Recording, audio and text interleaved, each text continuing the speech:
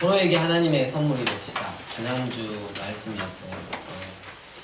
무미보셋처럼 두 다리를 절며 살아갈 수밖에 없었던 죄로 찌들어 더 이상 소망이 없어 보이는 우리에게 하나님은 당신의 선물을 보내주셨다고 했습니다.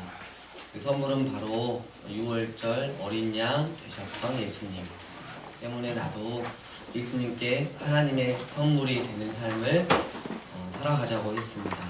그리고 하나님은 우리 교회 공동체 안에 요나단과 같고 다윗과 같은 하나님 당신의 선물들도 준비해 놓으셨다고 했습니다. 그 하나님의 선물을 만나기 위해 내가 먼저 하나님이 선언하신 지위에 머물며 주님의 마음으로 사랑하고 자기 생명처럼 여기며 살아가자고 했습니다. 그렇다면 하나님께서는 분명 요나단과 같고 다윗과 같은 하나님의 선물을 만날 수 있도록 해 주실 것이라고 했습니다. 부디 사울처럼 하나님의 선물에게 시기하고 못마땅해 하고 마음에 창을 던지지는 말자고 했습니다. 우리 살아계신 하나님의 말씀 함께 암송하겠습니다. 시작. 살아계신 하나님의 말씀 다시 하겠습니다. 고린도후서 2장 15절 말씀 시작. 우리는 구원받는 자들에게나 많은 자들에게나 하나님 앞에서 그리스도의 양리니. 고린도후서 2장 15절 말씀. 아멘. 아멘. 아멘. 지난주 말씀 이렇게 돌이켜보면서 저도 참 실패한 부분이 많았던 것 같아요. 그래서 계속해서 더 주님 마음 품을 수 있도록 기도하고 더 사랑하고 해야 될 것 같습니다. 사무엘로부터 차기 이스라엘 왕으로 기름 부음 받은 다윗은 엘라 골짜기 전투에서 골리앗을 죽이면서 아주 승승장구를 거듭했습니다. 다윗은 이스라엘 군대의 총사령관, 더 나아가 사울 왕의 사위가 되면서 마침내 사울 왕을 제외하고 이스라엘 땅에서 가장 높은 지위에 올랐습니다. 이로 인해 다윗은 자신을 왕으로 기름 부으신 하나님의 계획이 이루어지는 것은 이제 카운트다운에 들어갔다고 여겼을 것입니다. 하지만 다윗을 향한 사울의 극심한 시기심 때문에 모든 상황이 어그러지기 시작했습니다. 다윗은 결국 쌓아놓은 모든 것을 버리고 기약 없는 도망자의 신세가 되어 광야로 다시 들어갔던 것입니다. 오늘은 다윗의 그 복잡하고 힘들었던 도망자의 길, 특히 광야의 길을 통해 영적인 교훈을 하나 먼저 찾아보도록 하겠습니다. PPT 하나만 넘겨주시면 잘 보일지 모르겠는데요. 저쪽이 이제 그 사해바다가 있고요. 사해바다 동쪽으로 모압이라는 그런 나라가 있고요. 그 다음에 그 서쪽으로 보면 사해바다 서쪽으로 보면 여러분 그거 보이시나요? 베들레헴 저 위쪽에 있는 베들레헴 여부스가 이제 예루살렘입니다. 그리고 그 밑에가 이제 남쪽 그 광야 지역이죠. 주로 다윗이 그 광야 지역에서 수없이 도망을 다니고 정말 죽음의 고비를 넘겼던 그런 시간들이 저기 남쪽에 있는 광야 땅이고요. 아예 서쪽으로 가면 지중해 바다 쪽에 여러분이 보시면 가드나 시글락 이런 큰 성읍이 있어요. 여기는 그 블레셋 족속이 사는 거니까 여러분 골리앗의 그 고향이 어디였죠? 가드였잖아요. 그러니까 다윗이 나중에 얼마나 급하면 블레셋 땅에 원수의 땅에 망명을 갑니다. 그러니까 저거를 한 번씩 이제 제가 말씀드릴 때 한 번씩 확인하시면서 이렇게 보시면 되겠습니다. 제가 설교할 때는 저를 보시면 돼요. 계속적이만 보시면 안 돼요. 그래가지고 제가 지적하면 저는 원래 사신대요 막 이런 식으로 반응하시면 안 됩니다. 다윗이 광야에서 처음 들른 곳은 놉이라는 땅이었습니다. 거기에는 성소와 아히멜렉이 이끄는 큰 제사장 공동체가 있었고요. 사울을 피하여 급하게 떠났기 때문에 다윗은 어떠한 양식과 무기 그 어느 것도 준비하지 못한 채로 떠났습니다. 그러니까 이 두 가지를 이 놉에서 마련해야만 했습니다. 제사장 아히멜렉은 다윗에게 성소의 빵을 전투용 휴대 식량으로 주기를 꺼려했습니다. 성소에는 빵이 여러분 12개가 있는 거 아시죠? 지파별로 이렇게 진설병 빵이 12개가 있었고요.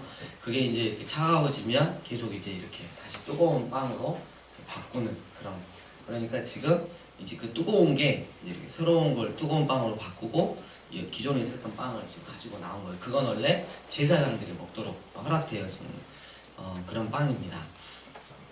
그 당시 다윗이 얼마나 굶주렸는지를 표현해주는 말씀이 있습니다. 이제 당신의 수중에 무엇이 있습니까? 빵 5덩이나 무엇이나 있는 대로 내 손에 주소서. 정말 그야말로 다윗은 비참한 도망자의 생활을 하고 있었던 것입니다. 제사장 아히멜렉은 다윗이 정결법에 비추어 볼 때 정결했고 인간적인 필요를 채워줘야 할 상황이라는 것을 확신한 뒤에 다윗에게 거룩한 빵들을 주었습니다. 근데 마음이 좀 아픈 게 있어요. 그 시점에서 다윗은 정직하지 않았다는 거죠. 자신이 지금 사울 왕을 피해 도망치고 있다고 말하지 않고 여전히 사울을 위해 일하고 있다고 소개했습니다. 때문에 후에 사울 왕은 아히멜렉이 다윗을 좋아하는 것을 알고 사람을 보내서 제사장 85명을 죽이는 아주 끔찍한 일을 자행합니다. 늘 언제나 정직해야 하는 다윗이어야 했고 또 우리여야 함을 다시 한번 확인하게 됩니다.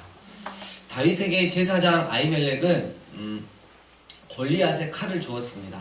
수년 전 엘리 골짜기에서 다윗이 거인 골리앗을 제압하고 빼앗은 칼은 그때부터 노베에 있는 송소에 보관되어 있었습니다.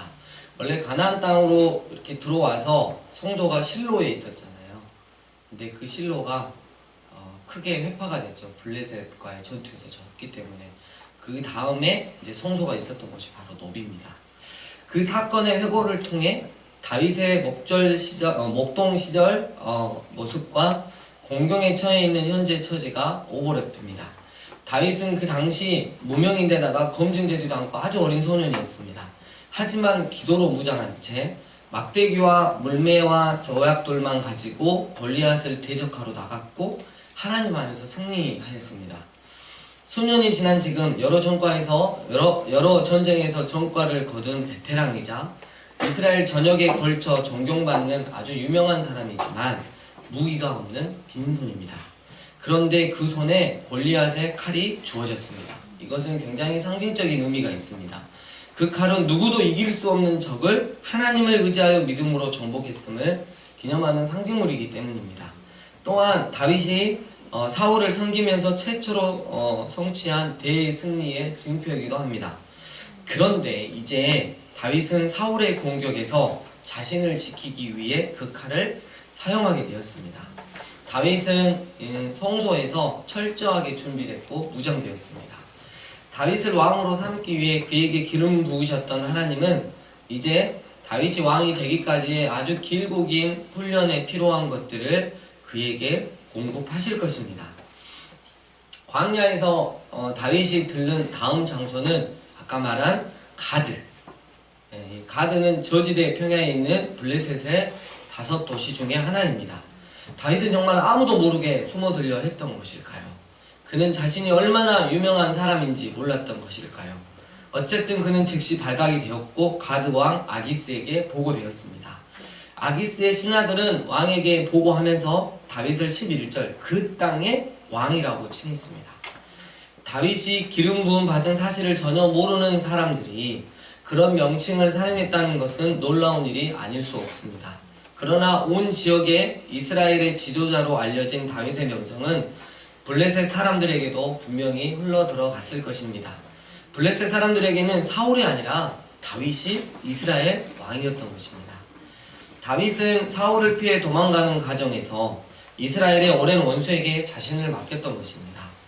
블레셋 사람들이 자신을 어떻게 이해하고 있는지 알자 다윗은 두려웠고 뭔가 빨리 조치를 취해야 함을 깨달았습니다.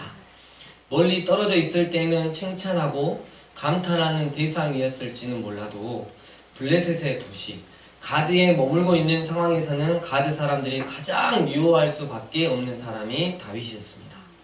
다윗은 지난 수년 동안 블레셋의 일명 보복대상 1호였습니다.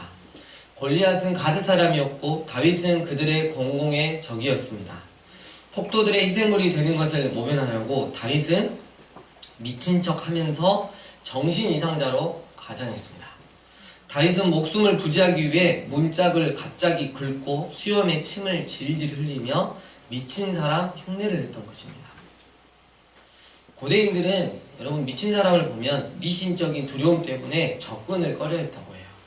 그래서 아기스 왕은 다윗을 죽이는 대신 죽이다가 귀신 나한테 달라붙으면 안 되니까 그냥 죽이는 대신 쫓아내려고 했습니다. 감옥에 가두려 하지도 않았어요. 평생을 블레셋 땅에서 미친 사람으로 살 수는 없겠다고 판단한 다윗은 아둘람이라고 하는 동굴로 거처를 옮깁니다. 이때 환난당한 모든 자와 빚진 모든 자와 마음이 온통한 자가 다 다윗에게로 모여들었습니다.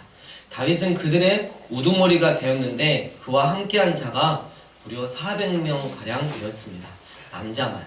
나중에 이 수가 600명까지 되는 거죠.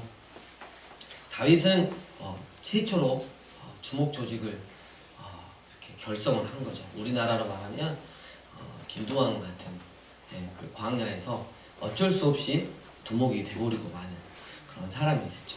근데 훈련을 아주 잘 시켰어요. 다윗은 베들레헴에 있는 부모를 사울이 인질로 삼아 자신에게 토함을 권유할지도 모른다는 생각을 하고 부모를 요단강 앞과 동편 모압 땅 미스베로 이주시킵니다.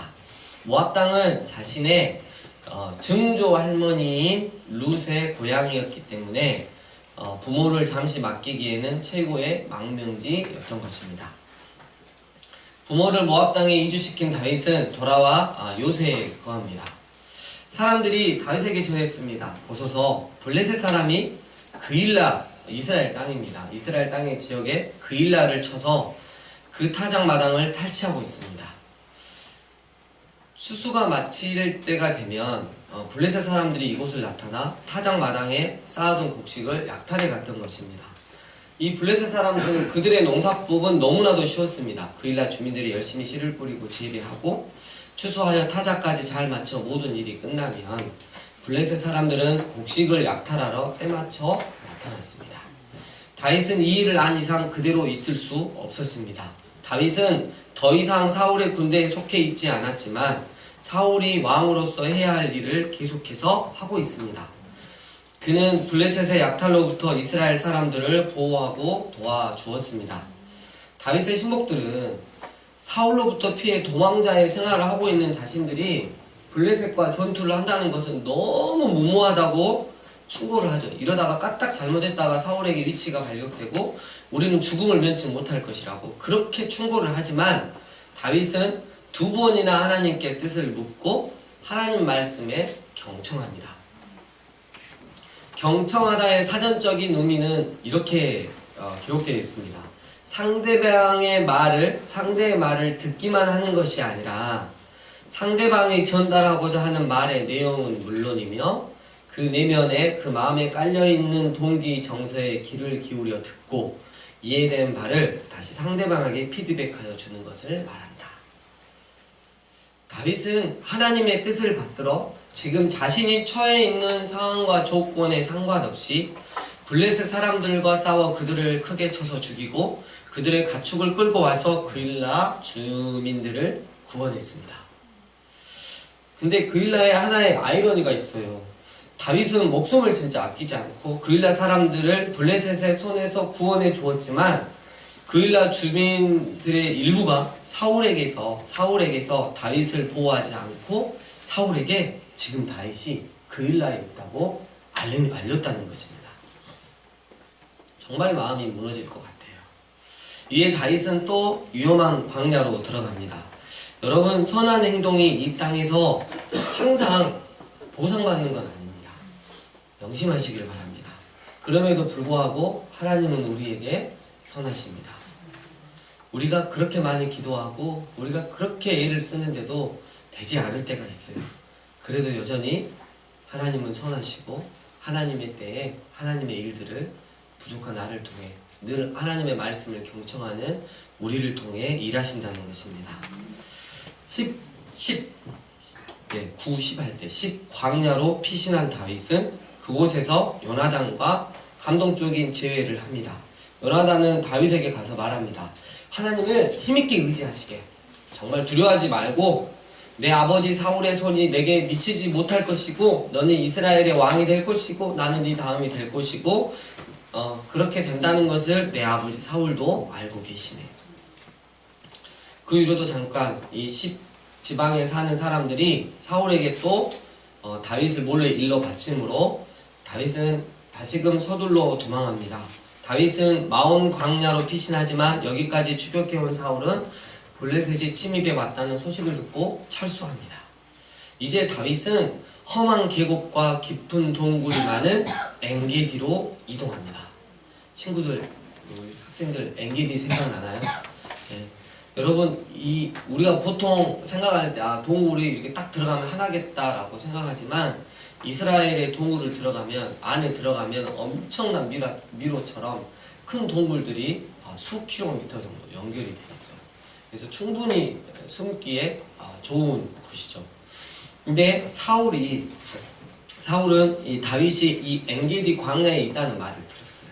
그리고 사울 한 명을 잡기 위해서 3,000명의 군사들과 함께 다윗을 죽이기 위해 엔게디 광야로 오게 됩니다. 그런데 사무엘상 24장 3절 길가 양의 우리에 이른즉 굴이 있는지라 사울이 뒤를 보러 들어가니라. 사울과 그의 사람들이 그 굴 깊은 곳에 있더니 이랬어요. 엔게디 요새의 동굴 안에 숨어있던 다윗과 그의 추종자 600명에게 정말 사울을 죽일 수 있는 완전한 기회가 찾아온 것입니다. 마침 그 동굴 안으로 사울이 경호 장군, 그러니까 아브넬도 없이 여러분 진짜 이렇게 뒷일을 보러 오는데 경호 장군 옆에 딱 서가지고 벌리 보십시오. 뭐 이렇게 할 수는 없잖아요. 혼자 들어왔다는 거죠. 영변을 보러. 뒤를 보러 들어가 아니라 이건 관용적인 표현입니다. 다윗의 추종자들은 곧 하나님이 사울을 다윗의 손에 넘기신 것으로 해석을 했어요. 여러분 우리가 이럴 때가 되게 많잖아요. 상황이 딱 열리면 이건 분명히 하나님이다.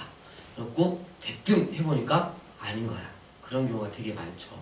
저도 그런 경우가 되게 많았어요. 여러분은 없으시겠지만 저는 그런 경우가 참 많았답니다. 여기에는 그럴 만한 이유가 있습니다. 다윗이 이때 사울을 죽였다면 기약 없는 이 방랑 생활의 종주부를 찍고 이스라엘의 차기 왕으로 정말 화려하게 등극하는 시기를 앞당길 수 있기 때문이었습니다. 생각이 좋은 대로 행하라며 추종자들이 부추기자 다윗은 추종자들의 기대와는 전혀 다르게 사울의 겉옷자락을 살짝 베는 것으로 만족했습니다. 여러분 이 겉옷자락은 사울이 영변을 볼 때 좀 벗어났겠죠? 예, 근데 굳이 상상을 하는데 막 볼일 보고 있는데 겉옷자락 그 뒤에 가서 또 몰래 베는 이렇게 생각하시면 안 돼요. 좀 벗어났겠죠? 예. 그런데 여러분 더욱 놀라운 것은 이후에 다윗이 보여준 행동이었습니다. 다윗은 사울의 겉옷자락을 벤 것만으로도 마음에 찔려 괴로워했다는 거예요. 여기서 우리가 이렇게 궁금한 게 생기는 거예요. 다윗은 사울을 죽인 것도 아닌데 왜 사울의 옷자락을 조금 벤 것 때문에 마음에 찔려 괴로워했을까? 성경시대, 이 구약시대 남녀가 걸치는 여러분 5가지 옷 중 이 겉옷은 그 네 귀에 달린 술 때문에 특별한 의미가 부여되었다고 합니다. 다음 PPT 한 번만 보여주시면, 하나만 더 보여주시면, 예, 저렇게 그 겉옷 중에 이 밑에 네 위치에 저 술을 이렇게 달아놨어요. 근데 저 네 귀에 달린 술은 그 사람의 종교적 그리고 사회적 권위와 정체성을 대변했다는 것이에요. 저걸 보면 아는 거예요. 저 사람의 신분이 어떻다는 거. 술은 4개가 한 쌍을 이루었는데 그 중에 하나라도 손상을 입으면 4개 전체를 바꾸어야 할 만큼 소중하게 여겼다고 합니다. 다윗은 엔게디 동굴에 들어와 용변을 보는 사울에게 접근해 그의 겉옷자락을 살짝 베었는데 다름 아닌 겉옷에 달린 술이었을 것입니다. 애써 4개의 술을 모두 자를 필요도 없었습니다. 하나만 잘라도 이미 그 겉옷은 치명적인 손상을 입기 때문입니다. 다윗은 사울의 몸을 해치지는 않았지만 사울의 겉옷에 달린 술 하나를 싹둑 베어버림으로써 사울 왕의 권위에 치명적인 손상을 주었던 것입니다. 이것은 하나님을 경외하고 그분의 하나님의 주권에 온전히 자신의 삶을 맡겼던 다윗으로서는 결코 대충 넘어갈 문제가 아니었습니다. 하나님이 기름 부으신 왕의 권위를 손상시킨 자신의 행위 때문에 다윗은 하나님 앞에서 괴로워하고 있었던 것입니다. 다윗은 곧 죄책감이 들어 부하들에게 말했습니다. 내가 하나님의 기름 부음 받은 내 주인에게 이 일을 한 것과 손가락 하나라도 들어 그를 치는 것은 하나님께서 금하시는 자다. 그는 하나님께 기름 부음 받은 자다. 다윗은 이런 말로 자기 부하들이 사울에게 덤벼들지 못하도록 막았습니다. 사울은 일어나 굴에서 나가 가던 길을 계속해서 갔습니다. 잠시 후에 다윗이 굴 입구에 서서 사울을 불렀습니다. 내 주인인 왕이시여. 사울이 뒤돌아 보았습니다. 다윗은 무릎을 꿇고 공손히 절했습니다. 그리고 큰 소리로 말했습니다. 왕께서는 어째서 다윗이 왕이 해치려 한다는 사람들의 말을 들으십니까? 오늘 하나님께서 왕을 내 손에 넘겨주셨음을 지금 왕의 눈으로 보고 계십니다. 부하들은 내가 왕을 죽이기를 바랐으나 나는 그렇게 하지 않았습니다. 나는 그들에게 하나님의 기름 부음을 받은 내 주인을 내 손으로 치지 않겠다고 말했습니다. 내 아버지여, 이것을 보십시오. 내가 베어낸 왕의 옷자락입니다. 나는 왕을 베어 죽일 수도 있었지만 그렇게 하지 않았습니다. 여기 증거를 보십시오. 저는 왕을 대적하지 않습니다. 저는 반역자도 아닙니다. 지금까지 한 번도 왕께 죄를 지은 적이 없습니다. 그런데도 왕께서는 저를 죽이려고 쫓아다니십니다. 우리 중에 누가 옳은지 판단해 보십시오. 하나님께서는 우리의 재판장이십니다. 누가 옳은지 그분께서 판단하실 것입니다. 그분께서 지금 굽어보시고 당장 판단해 주시면 좋겠습니다. 그래서 나를 왕에게서 해방시켜 주시면 정말 좋겠습니다. 다윗이 말을 마치자 사울은 정녕, 이것이 정녕 내 아들 다윗의 목소리냐 하면서 눈물을 흘리면서 크게 울었습니다. 그리고 말을 이었습니다. 너는 옳은데 나는 그렇지 않구나. 너는 내게 많은 선을 베풀었는데 나는 내게 악을 쏟아부었다. 이번에도 너는 나를 너그럽게 대했다. 하나님께서 나를 네 손에 넘겨주셨는데도 나를 죽이지 않았다. 하나님께서 네가 오늘 내게 한 일을 보고 너에게 복을 더하시기를 원한다. 네가 왕이 되어 다스릴 것을 이제 나는 의심치 않는다. 사울은 이렇게 말을 하고 집으로 돌아갔고 다윗과 그의 부하들은 광야에 있는 그들의 피난처로 올라갔습니다. 사무엘이 죽었습니다. 온 백성이 장례식에 와서 그의 죽음을 슬퍼했습니다. 그는 고향 라마에 묻혔습니다. 한편 다윗은 다시 이동하여 이번에는 마온 광야로 갔습니다. 이 마온 광야에 어리석은 사람 나발과 지혜로운 그의 아내 아비가일이 살고 있었습니다. 광야에서 거하는 수년간 다윗은 자기와 함께한 사람들을 선한 사마리아인처럼 잘 훈련된 그룹으로 만들었습니다. 광야는 여러분 자연환경이 주는 위험뿐 아니라 중요한 범죄의 위험이 도사리는 곳입니다.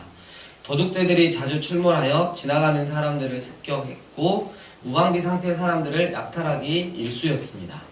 다윗의 부하들은 일종의 자원경비대와 비상구조대라고 생각하시면 됩니다. 그들의 도움을 받았던 사람들 중에는 아주 부유한 목축업자의 나발의 목동들이 있었습니다. 그들 가운데 한 명은 25장 16절을 보면 다윗이 자기들을 도와주었다고 증언했습니다. 양을 지키는 동안 약탈자로부터 보호해 주었다는 것입니다. 여러분 나발의 이름의 뜻은 왜 이름을 이렇게 지었는지 모르겠지만 어리석다라는 뜻입니다. 어리석은 이라는 말은 성경에서 나오는 가장 경멸적인 용어입니다. 어리석은 자는 하나님이 창조하신 세상에서 무슨 일이 일어나고 있는지 하나님이 어떤 일을 하고 계시는지 전혀 모르는 사람이 어리석은 사람입니다. 당시 문화에서는 양털 깎는 기간이 되면 사람들이 축제를 즐기며 남들에게 호의를 베푸는 전통이 있었다고 합니다. 다윗이 나발에게 그래서 사람을 보내어 양식 지원을 요청한 것은 당시 상황에서는 정말 무리한 요구가 아니었습니다.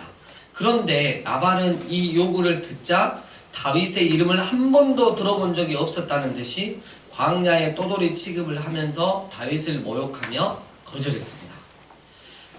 그동안 사울한테는 대단한 자제력으로 부드럽게 대해온 다윗이 이번에는 자제력을 잃고 나발을 죽이기로 결심합니다.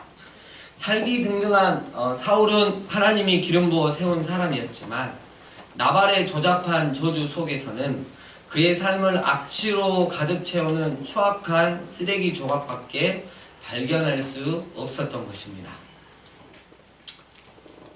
바로 그때 아비가일이 이 사건에 개입을 하죠. 다윗이 자기 부하들을 데리고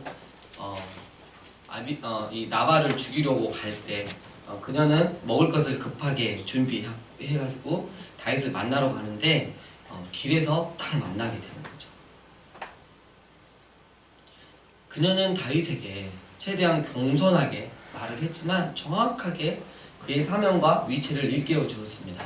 즉 하나님이 세우신 지도자로서의 사명과 하나님의 통치에 대한 증인으로서 위치 말입니다. 그녀는 다윗이 근본적으로 사망이 아니라 생명과 관계된다는 점을 가지고 정말 다윗에게 간청했습니다. 그리고 암암리의 29절을 보면 그의 물매를 가리킴으로써 골리앗 사건을 생각나게 했습니다. 요컨대 아비가일은 이렇게 말했습니다. 다윗이여, 당신의 임무는 복수가 아닙니다. 복수는 하나님의 권리이며 당신은 하나님이 아니십니다. 이곳 광야에서 당신은 하나님이 하시는 일이 무엇인지 하나님 앞에서 당신이 누구인지를 알아내려고 힘써야 하는 것입니다. 광야는 당신이 얼마나 강하고 그 다음에 굴하지 않는지 알아보려고 시험하는 장소가 아닙니다. 광야는 당신의 삶 안에 그리고 삶을 통하여 일하시는 하나님의 신실한 방법과 그분의 힘을 발견하는 현장이 바로 광야입니다. 저의 남편 나발은 어리석은 사람입니다. 그렇지만 당신은 어리석은 사람이 되지 마십시오. 이 이야기에서 어리석은 사람은 정말 한 명으로 충분합니다. 여러분, 다윗은 경청하는 사람이었어요. 그는 사무엘의 말과 하나님의 말씀을 경청했고 요나단의 말을 경청했으며 이제 아비가일의 말을 정말 그냥 여자인 그 당시에 그냥 천하게 여긴 아비가일의 말을 또한 경청하고 있습니다. 다윗은 아비가일에게 말했습니다. 하나님, 이스라엘의 하나님이여 찬양 받으소서. 하나님께서 그대를 보내어 나를 맞이하게 하셨소. 그대의 지혜를 칭찬하며 그대에게 복이 있기를 바라오. 나를 막아 살인하지 못하게 하고 또 이렇게 앞장서서 나를 찾아와 준 그대를 축복하오.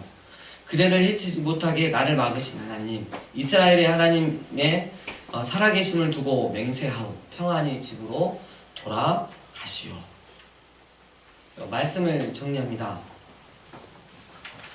인생의 최고의 정점을 찍었다고 생각했을 때, 이제 나는 다 됐다라고 생각했을 때 다시 광야로 나가게 된 이 다윗. PPT 조금만, 2개만 보여주시면, 제가 이스라엘 가서 그 남쪽에 내려갔을 때 광야를 한 장 저렇게 담아봤어요. 여러분, 광야는 저렇게 생긴 곳입니다. 저기 안에 동굴에 숨고 먹을 것도 없고 마실 것도 없는 저 광야에서 다윗이 10대 중후반부터 23살까지 정말 죽음의 그 살 얼음판을, 죽음의 칼날을 끝에 서서 하나님을 무한히 신뢰하며 버텨온 곳이 바로 저 광야입니다. 하나님은 당신의 마음에 맞는 사람 다윗에게 무엇을 훈련시키고 싶으셨던 것일까요? 그것은 바로 경청이었습니다. 다윗은 광야 생활이 길어질수록, 위험에 처할수록, 목숨이 위태할수록 하나님의 말씀에 경청하기를 원했던 것입니다. 단순히 듣는 것이 아니라 하나님 마음에 깔려있는 것까지 기울여 듣고 이해된 바를 그대로 삶으로 옮겼던 경청의 달인 다윗. 그 다윗은 바로 경청의 사람이었던 것입니다. 이스라엘의 그일라 사람들을 블레셋으로부터 구원하기 위해 하나님의 말씀에 경청했습니다. 하나님을 힘있게 의지하고 두려워하지 말 것을 당부하는 형님 요나단의 말에도 경청했습니다. 지혜로운 여인 아비가일의 말도 경청했습니다. 그냥 듣고 넘겨버리거나 무시하지 않았습니다. 충분히 기분 나빠할 수도 있었지만 그렇게 하지 않았습니다. 오히려 아비가일을 통해 자신을 돌아보고 아비가일을 자신에게 보내셔서 말씀하게 하신 하나님을 찬양했습니다. 하지만 다윗, 자신의 말씀과 반대되는 그 말들에는 자신의 충성스러운 부하일지라도 결코 경청하지 않았습니다. 나는 하나님을 경외하고 하나님의 주권에 온전히 내 자신을 맡기며 살아가고 있다. 때문에 하나님께서 하지 말라고 하신 일, 곧 하나님의 기름 부은 받은 사울 왕에게 손가락 하나라도 들어치는 것은 하나님께서 금지하신 일이기 때문에 나는 결코 하지 않을 것이다. 사랑하는 광주 삶의 예배교회 예배자 여러분, 다윗은 경청하는 사람이었습니다. 다윗은 늘 하나님께 뜻을 물었고요. 말씀하시는 하나님의 음성에 경청했습니다. 말씀하실 때까지 하나님의 뜻을 묻는 자리에 머문 다윗. 또 하나님의 선지자의 말에도 경청했고요. 하나님께서 붙여주신 믿음의 동역자의 말에도 경청했습니다. 그뿐 아니라 자신의 그릇된 행동을 지적하는 지혜로운 여인의 말에도 경청할 줄 알았습니다. 그렇다면 여러분은 어떠십니까? 다윗처럼 하나님의 말씀을 경청하고 살아가고 있습니까? 아니면 나발처럼 나에게 주신 은혜를, 하나님과 믿음의 동역자의 목소리를 결코 경청하지 않는 어리석은 자로 살아가고 있습니까? 내가 하나님의 말씀을 경청하지 않는데 어떻게 내 배우자가 내 말을 경청할 수 있겠습니까? 내가 하나님의 말씀을 경청할 줄도 모르는데 어떻게 내 자녀가 내 말을 경청할 수 있겠습니까? 내가 하나님께서 붙여주신 믿음의 동역자들의 말을 경청하지 않는데 어떻게 그들이 내 말을 경청하기를 바랄 수 있겠습니까? 이번 한 주 다윗처럼 경청의 사람이 되어봅시다. 그런다면 나와 하나님의 관계, 나와 교회 공동체와의 관계, 나와 배우자와의 관계, 나와 내 자녀들과의 관계가 달라질 것입니다. 늘 문제는 하나님의 말씀을 경청하지 않는 나에게 있었음을 확인할 수 있을 것입니다. 내가 먼저 다윗처럼 경청의 사람 되시길 주의 이름으로 부탁드립니다. 주신 말씀 가지고 하나님 앞에 기도하며 나아가겠습니다. 함께 기도하시겠습니다.